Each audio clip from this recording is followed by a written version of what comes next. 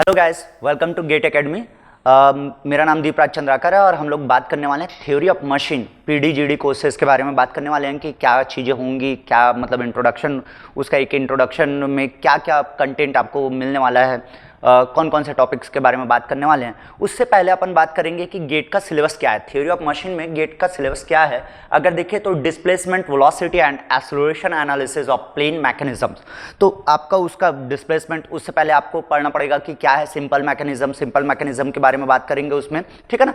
तो ये एक पॉइंट, एक सिलेबस का एक टॉपिक है जिसमें आपको सिंपल मैकेनिज्म पढ़ना पड़ेगा, उसके बाद उसका वेलोसिटी, उसके बाद उसका एक्सेलरेशन एनालिसिस, ये सारी चीज़ें अपन करते हुए चलेंगे। Then dynamic analysis of the linkages, तो उसके बारे में बात करेंगे कि क्या होता है। उसके बाद कैम्प्स है आपका, उसके बाद gear and gear trains and flywheels and governors, balancing of reciprocating and rotating masses, ठीक है। ये प्योर थ्योरी ऑफ मशीन का सिलेबस है। इसी में एक पोर्शन और इंक्लूडेड है, वो है आपका वाइब्रेशन। अगर मैं वाइब्रेशन के बारे में बात करूं तो वाइब्रेशंस में आप मैकेनिकल वाइब्रेशंस के बारे में बात करोगे, उसमें फ्री, उसी को नेचुरल वाइब्रेशन भी बोलते हैं, फ्री फोर्स्ड, दोनों के बारे में बात करेंगे। और उसमें free forced vibration of single degree of freedom system, ठीक है। सिंगल डिग्री ऑफ फ्रीडम के बारे में बात करेंगे कि single degree of freedom system में क्या होता है, नेचुरल फ्रीक्वेंसीज क्या होते हैं, ठीक है ना। उसमें फोर्स्ड वाइब्रेशन होगा तो क्या होगा, उसमें डैम्प्ड वाइब्रेशन होगा तो क्या होगा, फोर्स्ड डैम्प्ड वाइब्रेशन होगा तो क्या होगा, इसके बारे में बात करेंगे।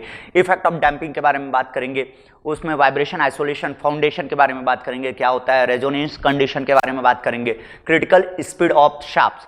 तो ये सिलेबस है, ये छोटे छोटे टॉपिक्स आपके दिए रहते हैं, लेकिन इसके अंदर बहुत सारी चीज़ें जो अपने को पढ़नी है। और अगर मैं बात करूं थ्योरी ऑफ मशीन, बहुत इंटरेस्टिंग सब्जेक्ट है, बहुत मज़ेदार सब्जेक्ट है, आपको बहुत मज़ा आने वाला है ये सब्जेक्ट जब आप डील करोगे तो। और इसमें एक अच्छी बात ये होती है कि ये बहुत अच्छा खासा वेटेज कंटेंट करता है, वाइब्रेशन और ये आपका थ्योरी ऑफ मशीन का ये वाला सिलेबस मिला के, दोनों मिला के कभी कभी तो ये 8 नंबर तक के क्वेश्चन आपको थ्रो कर सकते हैं, 8 से 10 नंबर तक के क्वेश्चंस आ सकते हैं इसमें, ठीक है ना। सो इसमें और क्वेश्चंस भी ऐसे आते हैं जो एकदम कॉन्सेप्चुअली क्वेश्चंस होते हैं। अगर आपसे हो गए क्वेश्चन तो बहुत आसान, ज़्यादा टाइम कंज्यूमिंग नहीं होता। ज़्यादातर क्वेश्चन इसमें टाइम कंज्यूमिंग नहीं होता, बहुत जल्दी होने वाले क्वेश्चंस रहते हैं, लेकिन यस कॉन्सेप्चुअली रहते हैं, हाँ ना। उसके लिए अपने को कॉन्सेप्ट बिल्ड करना बहुत जरूरी है। सो इसके बाद अपन देखते हैं कि ये जो थ्योरी ऑफ मशीन है उसको अपन कितने चैप्टर में डिवाइड किया और क्या क्या उसमें अपन बात करने वाले हैं, इसके बारे में बात करते हैं, ठीक है। ठीक है भाई, अब बात करते हैं कि थ्योरी ऑफ मशीन को कितने चैप्टर में अपन डिवाइड किए हैं। टोटल मैं 9 चैप्टर में डिवाइड किया हूँ। Chapter number 1 is simple mechanism, chapter number 2 is velocity and acceleration analysis of simple mechanism, chapter number 3 is gear and gear trains, chapter number 4 is governor, chapter number 5 is flywheel, chapter number 6 is balancing। इस board में अभी सिर्फ 6 chapter है, अगले board में मैं बाकी 3 chapter के बारे में बात करूंगा, दैट इज योर बैलेंसिंग के बाद अपन बात करेंगे वाइब्रेशन के बाद gyroscopic effect and cam and follow up, ठीक है ना। सो ये टोटल 9 चैप्टर में डिवाइड किया हूं। अब इस चैप्टर को कैसे कवर करते हुए चलेंगे उसके बारे में बात करते हैं। अगर चैप्टर नंबर 1 के बारे में बात करूं सिंपल मैकेनिज्म, तो सिंपल मैकेनिज्म एकदम बेसिक से शुरू करेंगे। पहले क्या होता है, लिंक्स क्या होते हैं, काइनेमेटिक्स लिंक क्या होते हैं, उसके बारे में बात करेंगे। उसके क्लासिफिकेशंस के बारे में बात करेंगे कि कितने क्लासिफिकेशंस होते हैं on the basis of physical appearance, on the basis of joints, ठीक है ना। उसके बारे में बात करते हुए टाइप्स ऑफ रिलेटिव मोशन, कि आपके रिलेटिव मोशन कैसे होते हैं, constraint motion, fully constraint, that is your what, completely constraint, successfully constraint and incompletely constraint, उन मोशंस के बारे में बात करते हुए चलेंगे। देन काइनेमेटिक पेयर के बारे में बात करेंगे, क्लासिफिकेशन ऑफ काइनेमेटिक पेयर के बारे में बात करेंगे, काइनेमेटिक चैन क्या होता है उसके बारे में बात करेंगे, उसका कंडीशन के लिए आपको क्या इक्वेशन अप्लाई करना है। एक्चुअली अगर मैं बात करूं वो इक्वेशन, तो वो इक्वेशन ध्यान में रहना चाहिए, क्योंकि हम सिर्फ मैं कोशिश ये करूंगा कि इसमें सिर्फ गेट का सिलेबस नहीं, साथ के साथ कुछ ईएस के क्वेश्चंस भी आपके हो जाए, कुछ नहीं मैक्सिमम क्वेश्चंस आपके ईएस के हो जाए, और साथ के साथ जो पीएसयूज में आते हैं, स्टेट गवर्नमेंट के जो एग्जाम्स होते हैं उसके भी क्वेश्चंस आपसे हो जाए। इस टाइप का सिलेबस मैं कवर करते हुए चलूंगा। यस, गेट का सिलेबस तो रहेगा ही रहेगा, ठीक है। सो इसमें कंडीशन ऑफ फॉर काइनेमेटिक चैन का वो इक्वेशन होता है, उसके बारे में एनालिसिस करेंगे। उसके बाद टाइप्स ऑफ जॉइंट की binary joint, ternary joint, quaternary joint, इसके बारे में बात करेंगे। उसके बाद degree of freedom, degree of freedom of linkage के बारे में बात करेंगे कि डिग्री ऑफ फ्रीडम क्या होता है, ठीक है ना। 3D में क्या होता है, 2D में क्या होता है। एक्चुअली हमारे सिलेबस में 2D में ही है, प्लेनर मैकेनिज्म के बारे में ही बात करते हैं, सो वहाँ से बात करेंगे। उसके बाद कुर्ज़बैक इक्वेशन कैसे आया, क्या क्या चीज़ें होती है उसके बारे में बात करेंगे। उसका लिमिटेशन क्या होता है कुर्ज़बैक इक्वेशन का, उसके बारे में बात करेंगे। बहुत सारे कंडीशन के बारे में बात करते हुए चलेंगे। देन ग्रबलर क्राइटेरिया के बारे में बात करेंगे, क्या होता है ग्रबलर क्राइटेरिया, उसके अंदर फिर कितने टाइप के आपके मैकेनिज्म होते हैं, आपका इन्वर्जन क्या होता है उसके बारे में बात करते हुए चलेंगे। ग्राफ्स लॉ के बारे में बात करेंगे, उसमें पूरा 4 bar mechanism, single slider crank mechanism और डबल स्लाइडर क्रैंक मैकेनिज्म, ये सारी चीज़ों के बारे में, उसमें कितने इन्वर्जन होते हैं, क्या क्या चीज़ें होते हैं, उससे कैसे न्यूमेरिकल तैयार होता है, वो सारी चीज़ें बात करते हुए चलेंगे। देन इक्विवेलेंट लिंक कि आपके दो लिंक अगर अलग अलग हैं, हायर पेयर में है तो उसको कैसे कन्वर्ट करेंगे, या स्प्रिंग है तो कैसे कन्वर्ट करेंगे, है ना। तो उसके बारे में बात करते हुए अपन चलेंगे।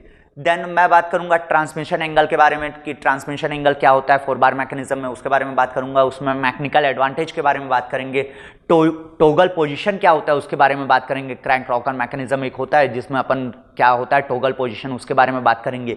उससे क्वेश्चन आया हुआ है, जब आप पढ़ोगे वीडियो देखोगे तो आपको समझ में आएगा कि कौन से क्वेश्चन के बारे में बात कर रहा हूँ मैं।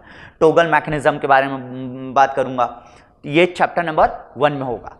चैप्टर नंबर 2 में अगर मैं बात करूं तो velocity and acceleration analysis of simple mechanism, जो सिंपल मैकेनिज्म्स पढ़े हैं उसका वेलोसिटी और एक्सेलरेशन एनालिसिस के बारे में बात करेंगे। उसमें मैं आप लोगों के साथ 2 मेथड डील करने वाला हूं, एक होगा इंस्टेंटेनियस सेंटर मेथड और दूसरा होगा रिलेटिव वेलोसिटी अप्रोच। तो इंस्टेंटेनियस सेंटर मेथड के बारे में बात करूंगा, उसका बेसिक क्या होता है इंस्टेंटेनियस सेंटर मेथड, उसमें नंबर ऑफ इंस्टेंटेनियस सेंटर कैसे निकालते हैं उसके बारे में बात करूंगा।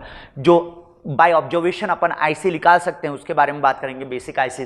Then Kennedy's theorem, Kennedy's theorem आपका इंस्टेंटेनियस सेंटर मेथड ही बताता है, ठीक है ना। सो कैनेडिस थ्योरम के बारे में बात करेंगे। उसी में एक थ्योरम आता है एंगुलर वेलोसिटी थ्योरम, उसके बारे में बात करेंगे।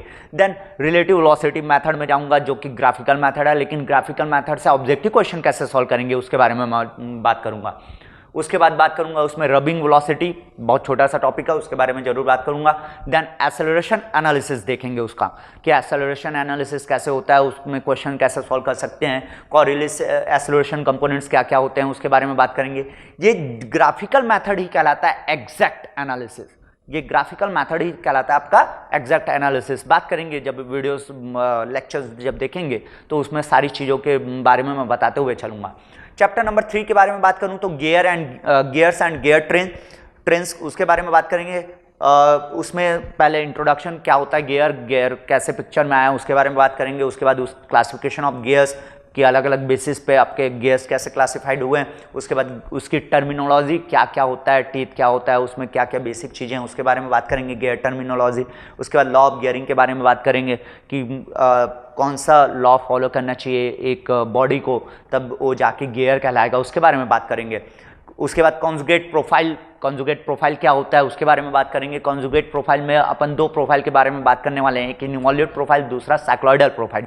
तो इनवॉल्यूट प्रोफाइल बहुत इंपॉर्टेंट है, तो इनवॉल्यूट प्रोफाइल के बारे में बात करेंगे, उसका एनालिसिस देखेंगे कि कैसे होगा, पूरा कैनेमेटिक एनालिसिस करते हुए चलेंगे। Then interference of gear teeth, interference आपका इनवॉल्यूट प्रोफाइल में होता है, ठीक है, तो उसके बारे में बात करते हुए चलेंगे। Minimum number of teeth to avoid interference, इसके बारे में बात करेंगे।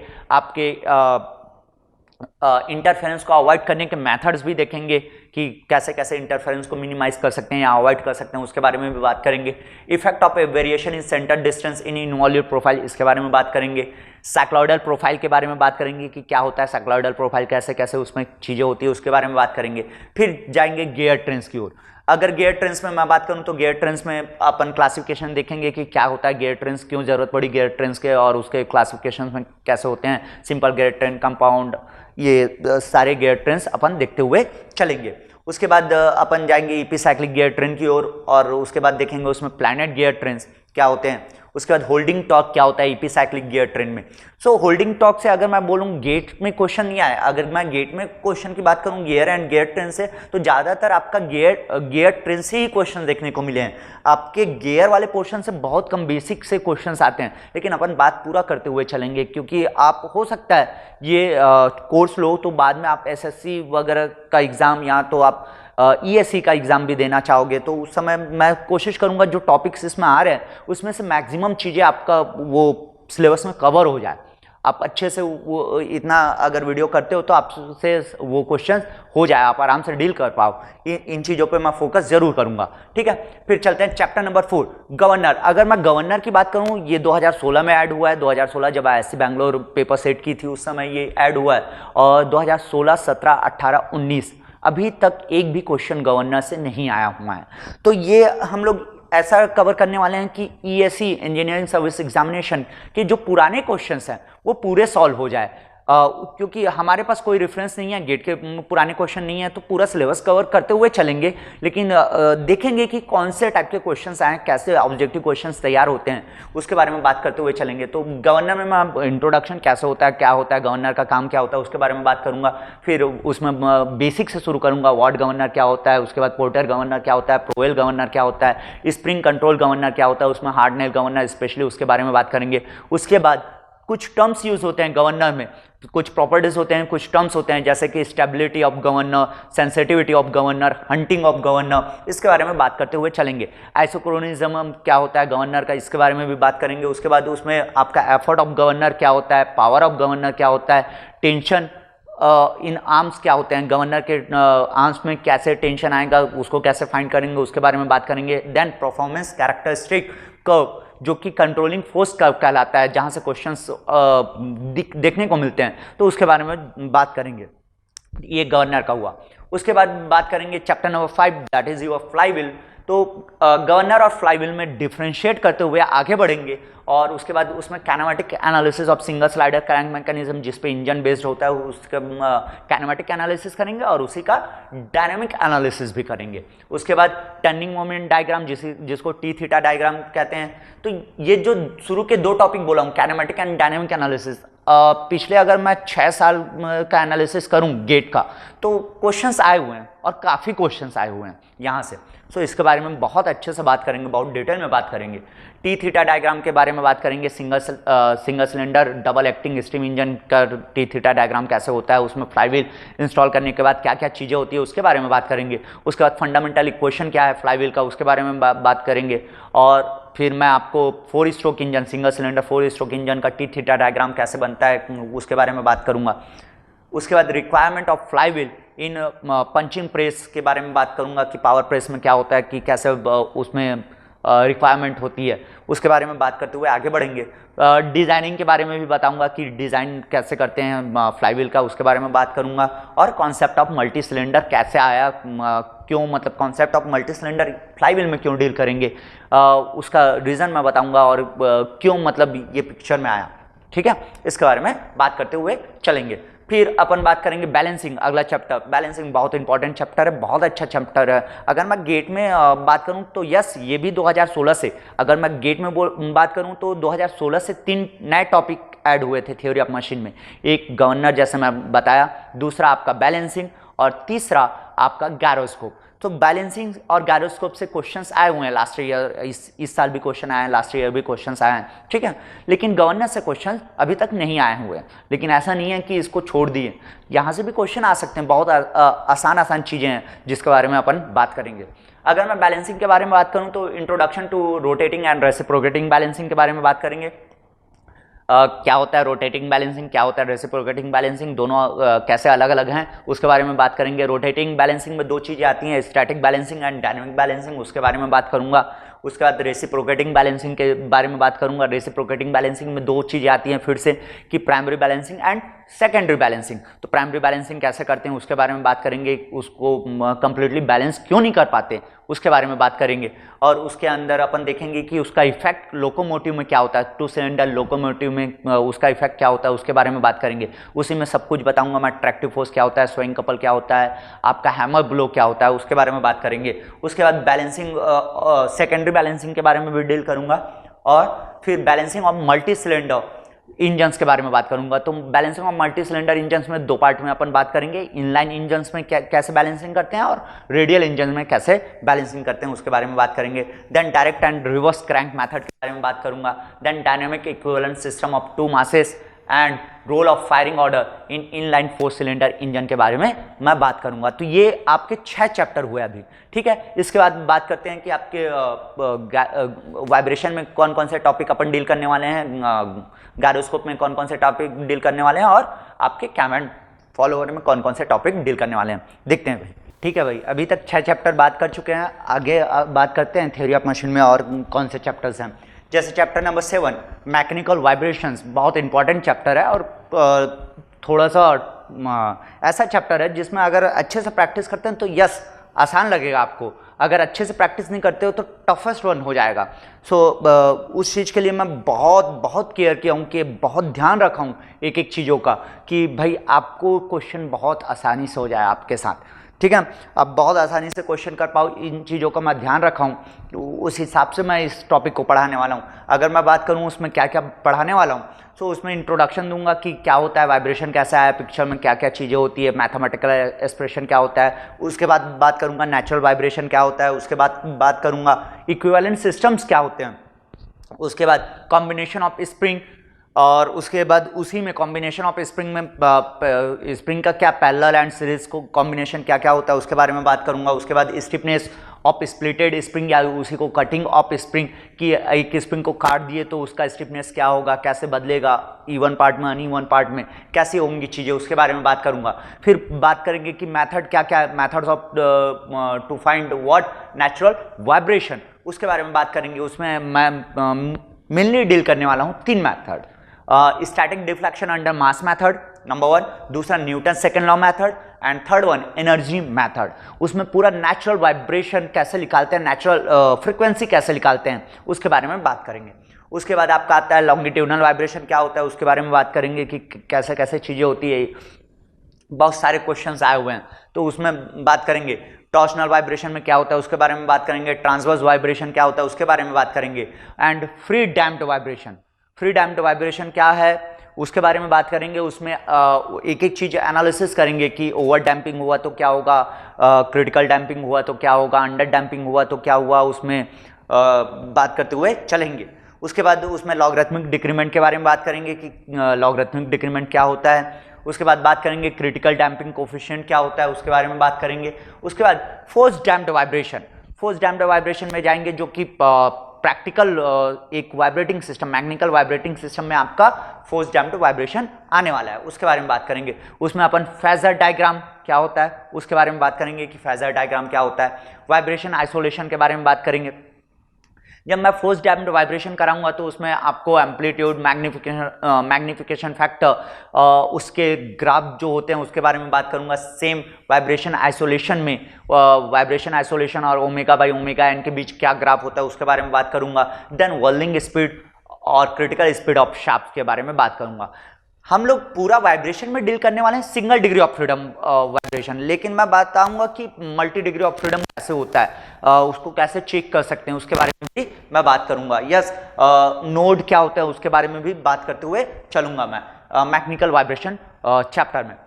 चैप्टर नंबर 8 के बारे में बात करूं तो गायरोस्कोपिक इफेक्ट, आपका गायरोस्कोप क्या होता है, एक डिवाइस होता है, उसका इफेक्ट क्या होता है उसके बारे में बात करेंगे। सो उसका इंट्रोडक्शन कैसे आता है गायरोस्कोपिक इफेक्ट, कब कब पॉसिबल है गायरोस्कोपिक इफेक्ट और कैसे कैसे अपने को देखना रहता है, देखना है कौन कौन सा रूल फॉलो करेगा वो, उसके बारे में बात करते हुए चलूंगा। Then gyroscopic effect on the plane, aeroplane, उसके बारे में बात करूंगा। नेवल शिप में क्या होता है उसका इफेक्ट, उसके बारे में बात करूंगा कि स्टीयरिंग, रोलिंग और आपका पिचिंग के दौरान क्या क्या चीज़ें होती है नेवल शिप में, उसके बारे में बात करेंगे। आपका stability of four wheel vehicle के बारे में बात करूंगा। एंड लास्ट चैप्टर अगर मैं डिवाइड करूं तो लास्ट चैप्टर है आपका cam and follower.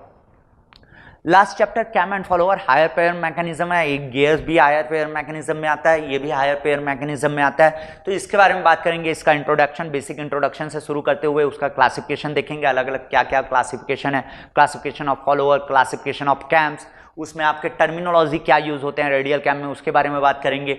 Motion of follower, क्या क्या पॉसिबल मोशन है फॉलोअर के, उसके बारे में बात करूंगा कि यूनिफॉर्म वेलोसिटी मोशन होता है आपका फॉलोअर का, उसके बाद सिंपल हार्मोनिक मोशन होता है, उसके बाद आपका यूनिफॉर्म एक्सेलरेशन एंड रिटार्डेशन होता है जिसको अपन पैराबोलिक मोशन भी बोलते हैं, एंड लास्ट साइक्लॉइडल मोशन, उसके बारे में बात करेंगे। उसमें बहुत सारी बेसिक चीज़ों से बात करते हुए अपन चलने वाले हैं। तो ये तो हुआ आपका क्या थ्योरी ऑफ मशीन के चैप्टर्स जो अपन डिवाइड किए हैं और कौन कौन से टॉपिक में बात करने वाले हैं। इतने टॉपिक में अपन बात करने वाले हैं। और एक चीज और कि आपको जब आप जीडीपीडी कोर्सेज के बारे में बात करोगे, आप ये कोर्स जब बाई करोगे, इसको खरीदोगे, तो आपको ये वर्कबुक साथ के साथ आपको मिलने वाले हैं। तो इसमें क्या रहेगा, ये 9 चैप्टर आपके डिवाइड रहेंगे पूरे, ठीक है ना।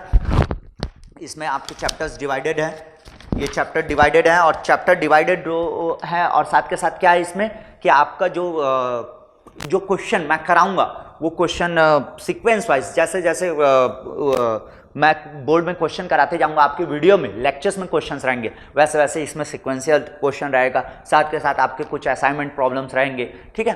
तो उतना अगर आप अच्छे से करते हो, आप अच्छे से वीडियोस करते हो, तो आप, मुझे लगता है कि आप एबल रहोगे क्वेश्चन सॉल्व करने में, ठीक है गाइस। तो थैंक यू।